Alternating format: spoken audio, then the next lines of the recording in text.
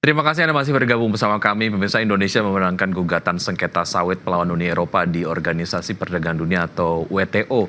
Putusan tersebut menunjukkan bahwa diskriminasi yang dilakukan Uni Eropa kepada kelapa sawit Indonesia terbukti benar adanya. Organisasi Perdagangan Dunia memutuskan untuk mengabulkan gugatan pemerintah Indonesia atas diskriminasi produk kelapa sawit yang mulai diterapkan Eropa.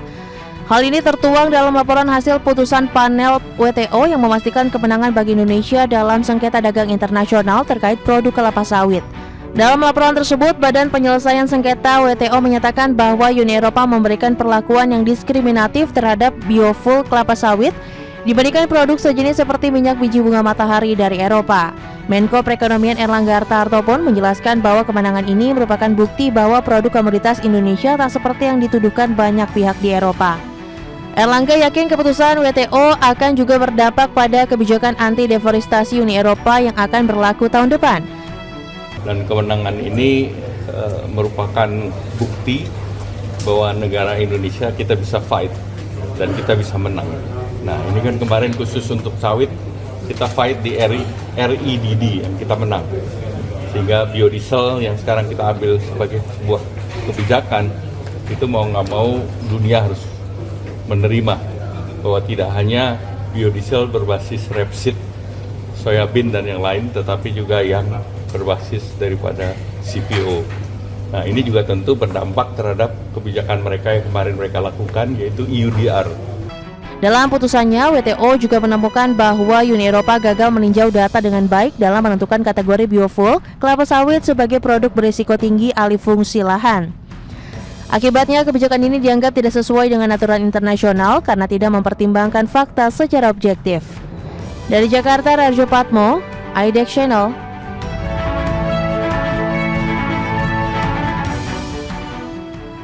Ya, misalnya untuk membahas tema menarik kita hari ini, Indonesia memenangkan sengketa sawit di WTO, sudah tersambung melalui video conference ada Prof. Budi Mulyanto, Kepala Pusat Studi Sawit IPB Universitas ataupun IPB University, Rektor Universitas Nusa Bangsa, dan ada Pak Sabarudin, Ketua Umum Serikat Petani Kelapa Sawit atau SPKS. Apa kabar Prof. Budi dan juga Pak Sabarudin?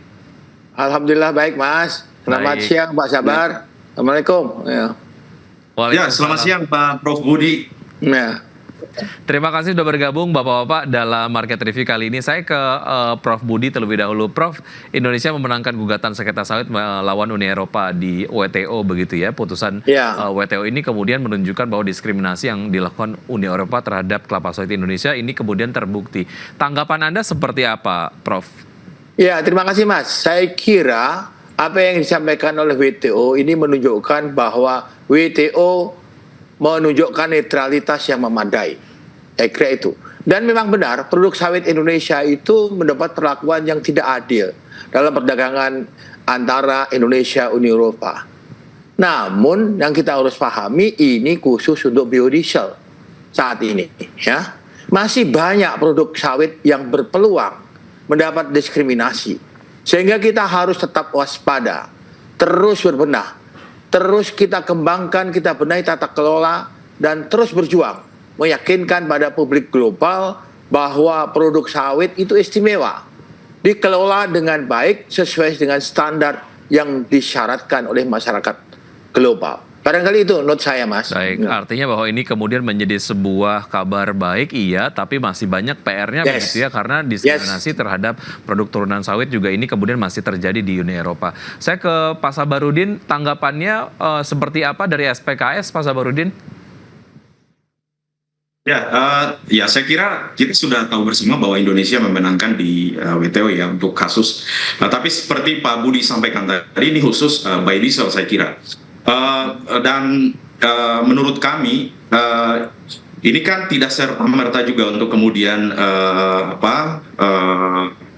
kemudian memperbesar pasokan di ini ya dari Indonesia ke Uni Eropa. Kita tahu bersama kalau produk sawit kita itu hanya sekitar 4 juta ton mungkin secara keseluruhan. Kalau biodiesel menurut data dari GAPKI itu hanya sekitar 60 ribuan ton untuk ekspor biodiesel tadi. Nah, tapi harapan kita saya kira ini khusus petani, kita berharap dengan kemenangan ini kita berharap produk petani itu bisa diserap dengan baik oleh industri. Kalau misalnya ada kenaikan, maka yang kita inginkan itu prioritasnya bagaimana produk petani sawit itu diprioritaskan untuk masuk di industri atau di pasar Eropa begitu. Baik, yang menarik Pak Sabarudin dan juga Prof Budi ini adalah terkait dengan satu statement yang belum disampaikan oleh Menteri Koordinator Perekonomian Erlangga Hartarto. Apakah kemudian Uni Eropa akan melaksanakan putusan dari WTO ini begitu ya? Advokasi apa menurut Prof Budi yang harus dilakukan oleh pemerintah agar rekomendasi ataupun putusan yang sudah disampaikan oleh WTO Uni Eropa mau lakukan? Iya, benar Mas. Benar juga Pak Sabar bahwa tidak serta-merta masyarakat Uni Eropa itu menerima begitu saja. Karena mereka punya peraturan tersendiri spesifik terkait dengan deforestasi. Ini yang saya katakan penting. Kita mesti hati-hati dan kita merespon yang appropriate gitu. Ini berpotensi sebagai penghalang dalam perdagangan produk-produk sawit kita dengan Uni Eropa. Yaitu EUDR, European Union Deforestation Free. Dia punya aturan itu, meskipun pelaksanaannya ditunda setahun, tetapi itu berpotensi penghalang. Sehingga kita perlu tadi sampaikan bahwa kita harus bebenah diri dan juga kita harus memberikan pemahaman yang realistis terhadap kondisi kita, begitu. Okay. Tantangan ini yang lebih parah jika negara-negara lain memperlakukan sistem mirip UDR. Sehingga kita harus terus-menerus memperbaiki sistem tata kelola kita dan juga sistem komunikasi kita dengan masyarakat global. Kita harus aktif berkomunikasi di dalam forum-forum komunikasi global seperti misalnya Indonesian European Union Comprehensive Economic Partnership Agreement, AEU-CEPA. Begitu kira-kira Mas. Ya. Oke. Baik, artinya memang ini kemudian menjadi dengan adanya EUDR ini menjadi sebuah momentum untuk komunitas ataupun ekosistem kelapa sawit di Indonesia memperbaiki diri agar dari sustainability-nya ini kemudian terpenuhi begitu ya, dan juga memperbaiki cara bagaimana mensosialisasikan ataupun mungkin berkomunikasi dengan Uni Eropa begitu agar berbagai macam concern terpecahkan, kurang lebih seperti itulah ya. Ya. Baik, saya ke Pak Sabarudin, kurang lebih sama Pak Sabarudin terkait dengan apa yang harus dilakukan oleh pemerintah ataupun advokasi apa yang harus dilakukan oleh pemerintah agar kemudian keputusan dari WTO ini ataupun rekomendasi-rekomendasi ini dapat dilaksanakan oleh Uni Eropa, dan challenge berikutnya apa menurut Anda? Saya kira konsen pemerintah Eropa atau masyarakat Eropa itu terhadap produk kita kan sebenarnya bagaimana Indonesia bisa menyediakan produk-produk sawit yang berkelanjutan atau sustainable dan juga bebas deforestasi. Saya kira tadi Pak Prof Budi juga sudah menyampaikan, di samping kebijakan lain dari Uni Eropa ada kebijakan baru yang itu memang menjadi sudah ditunda selama 1 tahun soal UDR. Tapi bagi kita saya kira itu perlu yang perlu dilakukan oleh pemerintah dan juga kami dari Asosiasi Petani Sawit itu memastikan bahwa petani-petani sawit itu juga mesti berpraktek sesuai dengan standar global tadi. Misalnya kita harus kemudian memenuhi standar-standar yang ditetapkan. Kita di Indonesia punya Indonesia Sustainable Palm Oil. Saya kira itu yang perlu yang perlu dipercepat untuk sertifikasi di petani, karena kalau misalnya kita bisa mensertifikasi dengan ISPO untuk petani-petani kelapa sawit kita, saya kira isu perbaikan tata kelola kita bisa atasi. Misalnya kita bisa dapatkan traceability di petani-petani sawit. Kemudian juga soal produktivitas petani sawit itu bisa kita tingkatkan dengan pengelolaan budidaya yang cukup baik. PR-nya mungkin dari sisi supply untuk pupuk itu harus kemudian dipermudah oleh pemerintah, untuk petani-petani aksesnya dipermudah, kemudian juga ini saya kira dengan kemampuan kita sebagai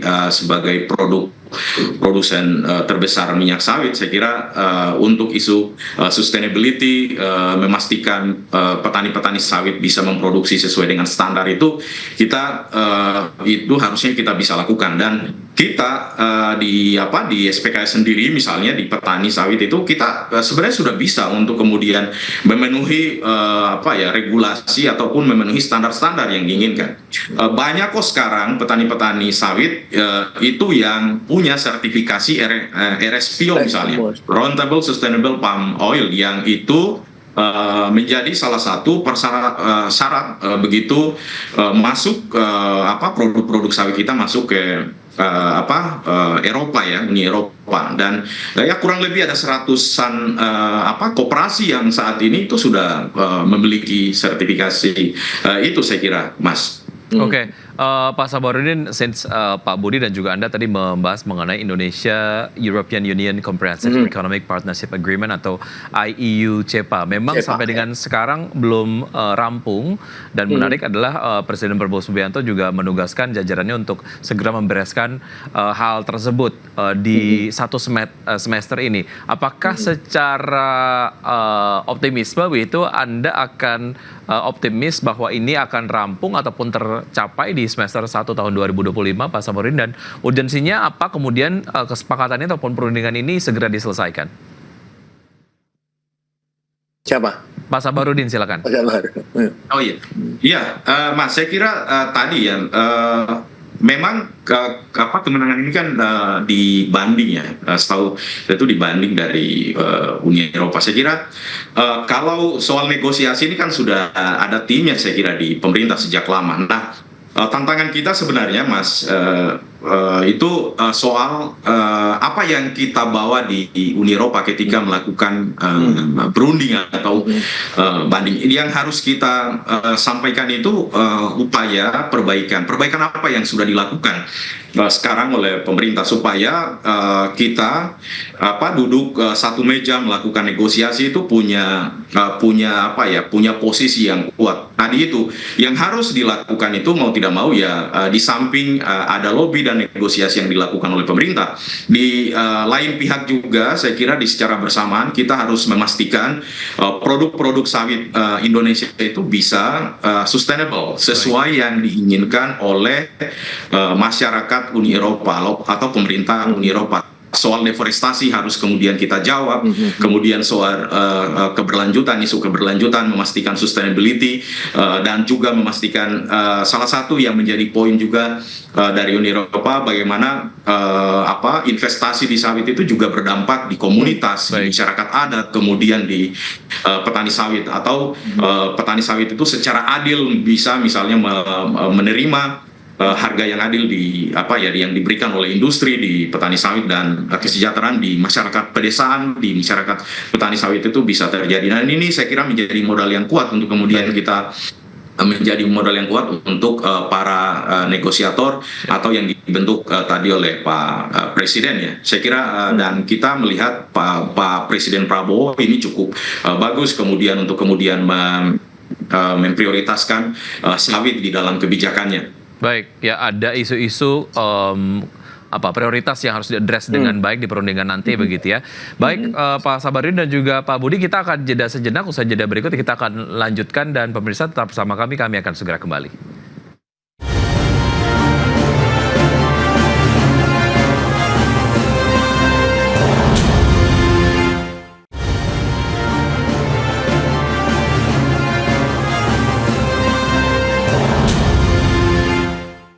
Terima kasih Anda masih bergabung bersama kami. Pemirsa, sebelum saya lanjutkan perbincangan bersama Prof. Budi dan juga Pak Sabarudin, kita akan tampilkan terlebih dahulu beberapa data yang kami kompil dari BPS dan juga riset dari tim IDXNL. Di antaranya adalah terkait dengan kinerja ekspor CPO dan turunannya dengan satuan miliar US dollar di bulan November 2024.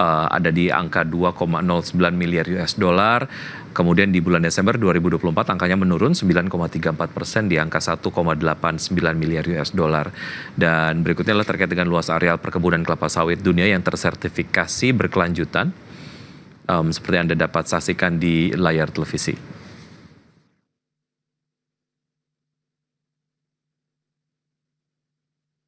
Ya, berikutnya adalah terkait dengan volume minyak sawit dunia yang tersertifikasi berkelanjutan untuk tahun 2021 sebanyak 3,35 juta hektar, 2008 ada di 0,1 juta hektar. Ini adalah luas areal perkebunan kelapa sawit dunia. Berikutnya adalah volume minyak sawit dunia yang tersertifikasi berkelanjutan di 2008 0,8 juta ton dan 2021 ada 23,1 juta ton. Saya lanjutkan perbincangan bersama Prof. Budi. Prof. Budi bicara mengenai produktivitas sawit nasional beberapa tahun ini kemudian mengalami stagnasi lah ya. Ini salah satu implikasi dari lambatnya pelaksanaan penanaman kembali di lahan perkebunan petani sawit begitu. Lalu apa saja yang harus dilakukan terkait dengan strategi untuk menggenjot produktivitas sawit nasional dan tantangannya dalam meningkatkan produktivitas menurut Anda apa dan sejauh mana intensifikasi ini kemudian menjadi satu hal yang patut diprioritaskan mengingat ekstensifikasi ini kemudian menjadi satu concern dari Uni Eropa begitu yang kuat korelasinya dengan deforestasi begitu ya. Seperti apa Anda melihat ini, Prof? Ya, saya kira memang begitu. Kita harus menggenjot produktivitas sawit ini. Karena apa? Sawit adalah produk strategis seperti apa yang disampaikan oleh Presiden Prabowo bahwa kita harus kembangkan sawit ini bagi kejayaan Indonesia. Begitu. Nah, bagaimana kita melakukan itu? Yang pertama, kita harus melakukan hulunisasi. Hulunisasi ini maknanya adalah penguatan industri hulu sawit itu sendiri. Apa yang mesti dilakukan? Yang pertama tentu saja karena sawit kita ini kita ini berbudidaya sawit kan udah lama nih, ya kan? Banyak sawit kita yang sudah tua, perlu permajaan. Nah, permajaan sawit ini menurut saya strategis. Tidak bisa ditangani permajaan sawit seperti hari ini.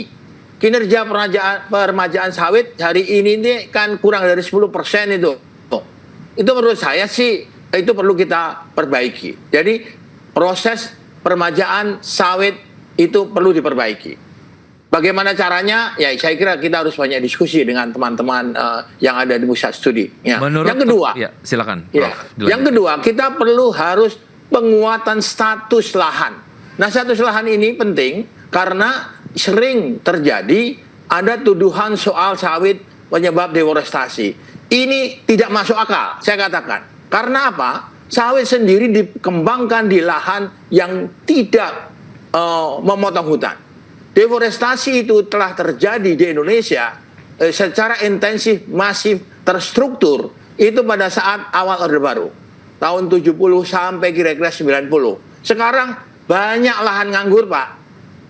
Itu dalam datanya Kementerian KLHK ada 31,8 juta lahan yang notabene-nya diklaim dalam kawasan hutan tidak berhutan, dan itu ada jutaan rakyat. Kalau itu bisa dilakukan proses tadi legalisasi yang terbaik, menurut saya sih itu akan menolong dalam kaitannya dengan perbaikan menggenjot produksi sekaligus menjawab persoalan global yang terkait dengan deforestasi. Jadi pengembangan sawit itu tidak ada hubungannya dengan deforestasi. Apa yang disampaikan Pak Prabowo betul itu. Jangan takut dengan tuduhan deforestasi karena nggak ada itu. Ada 31,8 juta itu adalah lahan yang nggak berhutan, dan itu notabene-nya adalah hasil deforestasi masa lalu. Dan yang terpenting lagi itu adalah tanah-tanah rakyat yang karena proses menarik batas kawasan hutan itu tidak hati-hati atau tidak sepenuhnya mengikuti peraturan perundangan yang ada. Itu saya kira. Berikutnya, perbaikan sistem budidaya. Tadi yang dikatakan oleh Pak Sabar benar, urusan pupuk, urusan macam-macam lah, ngolah tanah dan seterusnya, itu perlu kita perbaiki. Supaya apa? Supaya produktivitasnya persatuan luas meningkat. Itu. Yang berikutnya adalah penanganan pemanenan TBS ke pabrik itu harus bagus. Karena apa? TBS itu ada umurnya, Pak. Kalau tidak langsung diproses, itu ada degradasi kualitas. Nah, ini penting. Dan ini tentu saja sangat perlu kita lakukan dalam langkah hulunisasi. Berikutnya, yang perlu kita pahami, perluasan perkebunan sawit itu sangat vital. Apalagi kita akan bicara mengenai perluasan biofuel, produktivitas biofuel. Mau nggak mau, itu harus diperluas. Kalau tidak, akan mengganggu kebutuhan produk sawit dan dikaitkan dengan konsumsi pangan dan ekspor. Barangkali itu, Pak. Ya. Baik, saya ke Pak Sabarudin. Pak Sabarudin, pertanyaan yang sama sih. Saya kemudian sampaikan kepada Anda terkait dengan penguatan ataupun mungkin strategi lah ya untuk meningkatkan produktivitas dari sawit di Indonesia begitu. Salah satunya adalah tadi concernnya yang sudah disampaikan oleh Prof. Budi adalah mengenai peremajaan yang memang disampaikan lambat gitu. Tapi menurut temuan dari SPKS sendiri, apa sih penyebab kemudian peremajaan tanaman sawit di Indonesia ini kemudian menjadi lamban, Pak Sabarudin? Silakan.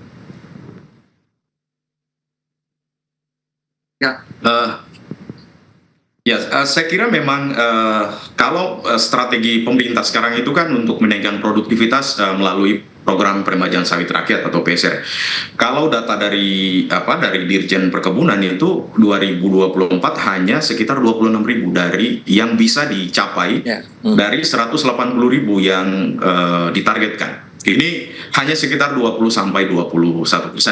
Tantangannya saya kira di petani, karena peremajaan sawit rakyat dikhususkan untuk petani sawit ya.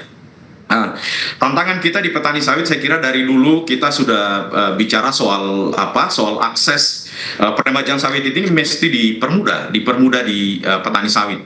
Itu pertama, soal persyaratan itu harus kemudian menjadi perhatian pemerintah. Kemudian juga soal legalitas. Persyaratannya terlalu kompleks atau seperti apa, Pak? Sekarang banyak persyaratan, misalnya dengan peraturan yang sekarang itu petani sawit yang sudah punya sertifikat tanah, yang sudah punya SHM itu mesti punya rekomendasi misalnya dari ATR BPN. Ini kan cukup menyulitkan saya kira. Kebijakan-kebijakan yang semacam ini perlu saya kira ke depan itu kalau mau percepat PSR itu perlu dihilangkan, termasuk juga surat yang harus ada surat dari KLHK atau KLHK Kementerian Lingkungan Hidup. Dulu itu memberatkan. Dan juga kalau soal pendanaan sekarang saya kira dengan 60 juta itu sudah mencukupi. Kita fair dan kita apresiasi pemerintah untuk menaikkan dana peremajaan sawit rakyat itu. Dan juga saya kira program PSR itu dilakukan, tetapi untuk meningkatkan produktivitas di petani sawit itu tidak hanya soal PSR, tetapi dari sekitar 6,7 juta lahan sawit saat ini saya kira banyak lahan sawit itu yang itu juga tidak butuh PSR, tetapi mereka butuh akses pupuk misalnya. Nah, pemerintah harus kemudian tidak mesti hanya fokus di PSR, tetapi program sarana dan prasarana itu perlu dipermudah untuk petani sawit. Sekarang ini serapan untuk sarana dan prasarana program pemerintah ini kan cukup rendah ya. Sementara petani-petani itu membutuhkan pupuk, kemudian membutuhkan perbaikan infrastruktur di desa, dan ini pasti akan berkontribusi di dalam perbaikan produktivitas nasional kita, terutama di petani sawit. Sekarang kalau hitung-hitungan kita untuk CPO di petani sebenarnya itu sekitar 17 juta ton ya, dengan 2,5 per hektar per tahun. Nah, potensi di petani sawit itu kalau misalnya bisa dinaikkan itu bisa menjadi sekitar 30 juta ton kalau produktivitasnya itu bagus, dan ini bisa menjadi sumber bahan baku biofuel atau B40 yang saat ini menjadi program pemerintah, dan harapan kita pemerintah cukup fokus dengan perbaikan untuk peningkatan produktivitas di hulu tadi. Tidak mesti kita untuk menaikkan produktivitas untuk untuk bahan baku biodiesel itu membuka lahan-lahan baru seperti yang diwacanakan oleh pemerintah, karena potensi kita ada dengan peningkatan produktivitas di petani sawit ataupun di perusahaan. Baik, Pak Sabarudin, masih banyak kemudian yang ingin kita bahas, tapi kemudian waktunya sangat terbatas. Banyak strategi yang harus dilakukan. Ini kemudian perlu dukungan dari berbagai macam pihak agar challenges ke depan terkait dengan image dari sawit Indonesia di Uni Eropa ini kemudian terus membaik, dan juga berbagai macam hal juga dapat dilakukan dari dalam negeri untuk meningkatkan produktivitas dan juga mengadres berbagai macam isu mengenai sawit Indonesia di global. Pak Budi ataupun Prof Budi dan juga Pak Sabarudin, terima kasih sudah bergabung bersama kami. Sehat selalu, sukses untuk Anda, sampai jumpa. Ya, terima kasih. Ya, makasih Mas. Baik, pemirsa, sudah 1 jam kami menemani Anda dalam Market Review. Perbarui terus informasi Anda hanya di IDX Channel, your trustworthy and comprehensive investment reference, karena urusan masa depan harus terdepan. Aku investor saham Sawi Kiardian undur diri. Terima kasih, sampai jumpa.